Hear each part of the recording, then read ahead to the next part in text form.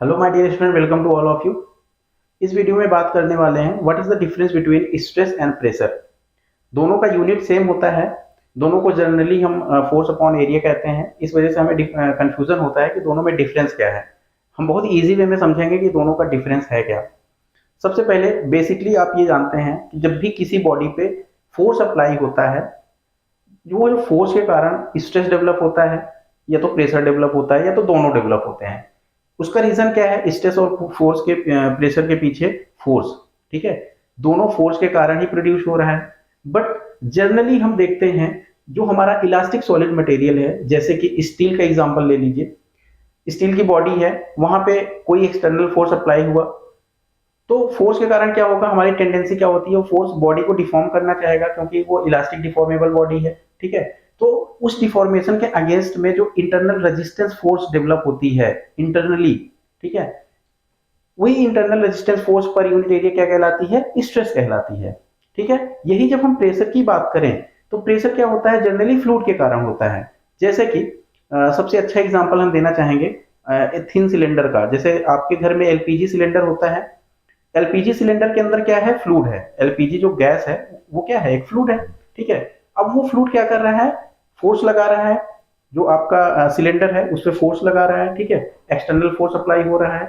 तो वो जो फ्लूइड के कारण जो फोर्स अप्लाई हो रहा है, उस फोर्स पर यूनिट एरिया को हम क्या कहते हैं? प्रेशर कहते हैं। ठीक है, तो फाइनली प्रेशर कैसे हुआ? एक्सटर्नल फोर्स है, वो भी फ्लूइड के केस में। जनरली फ्लूइड के केस में ही प्रेशर होता है। ठीक है, तो वहां पे डायरेक्टली हम बोलते हैं external applied force per unit area is called pressure. ठीक है, सेकेंड हमारा जो स्ट्रेस है, स्ट्रेस क्या होता है? स्ट्रेस एक इंटरनल फिनोमिना है और आपका प्रेशर क्या है? एक्सटर्नल फिनोमिना है। समझने के लिए हम ये कह सकते हैं कि इंटरनल या तो एक्सटर्नल। जैसे कि एक सेकेंड एग्जांपल आपको देंगे। जैसे कि बॉस अपने एम्प्लॉय पे किसी काम को करने के लिए फोर्स करता है कि आपको ये काम करना है, विद इन लिमिटेड टाइम पे ये करके हमें काम कंप्लीट करके देना है। वो क्या होता है? वो एक्सटर्नल फोर्स लगाया, उससे क्या हुआ? इम्प्लाई प्रेशर में आ जाता है, बोलता है भाई बहुत प्रेशर है, बॉस का बहुत ज्यादा प्रेशर है। ठीक है, तो वो प्रेशर एक्सटर्नल हो गया। सेकेंड, अगर हम स्ट्रेस की बात करें, आपका एग्जाम है। ठीक है, आप एग्जाम को लेके बहुत ज्यादा सीरियस हो, आप टेंशन लिए हो, अंदर से आप बहुत ज्यादा टेंशन में हो एग्जाम को। वो जो इंटरनल टेंशन है आपका, उसके कारण क्या हो रहा है? स्ट्रेस हो रहा है। तो बहुत सारे स्टूडेंट बोलते हैं कि यार मैं बहुत ज्यादा स्ट्रेस में हूँ एग्जाम को लेके। ठीक है, तो आप जब स्ट्रेस्ड हो जाते हो, इंटरनल वो है, इंटरनली हो रहे हो, वो क्या है? स्ट्रेस। समझ आ रहा है? और एक्सटर्नल, वो जो बॉस फोर्स लगा रहा है, इम्प्लाई पे फोर्स कर रहा है किसी काम को लेके, वो प्रेशर हो रहा है। तो यहाँ से एक समझने के लिए हमने एग्जांपल दिया। थर्ड, अगर हम टेक्निकल टर्म में बात करें तो आपका जो स्ट्रेस होता है, stress is the tensor quantity. ठीक है, टेंसर क्वांटिटी क्या होता है?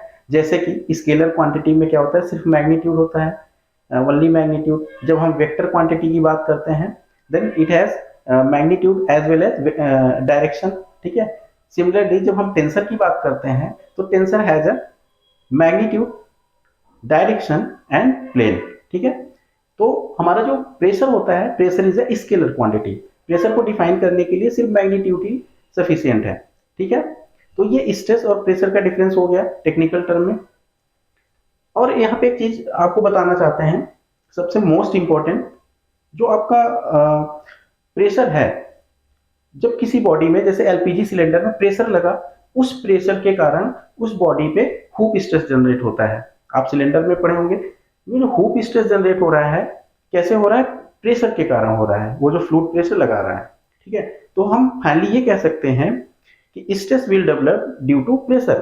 प्रेशर के कारण स्ट्रेस भी डेवलप हो सकता है, मतलब किसी एक बॉडी में वहां पे प्रेशर भी लग सकता है और स्ट्रेस भी लग सकता है साथ साथ, जैसे मैंने एलपीजी वाला एग्जांपल दिया। बट जहां पे स्ट्रेस लगेगा बॉडी में, वहां पे प्रेशर नहीं लगेगा, मतलब pressure will not develop due to stress. ठीक है, फाइनली ये हम कह सकते हैं। तो आई होप आपको समझ आ गया होगा। आप इसका स्क्रीनशॉट भी ले सकते हैं समझने के लिए।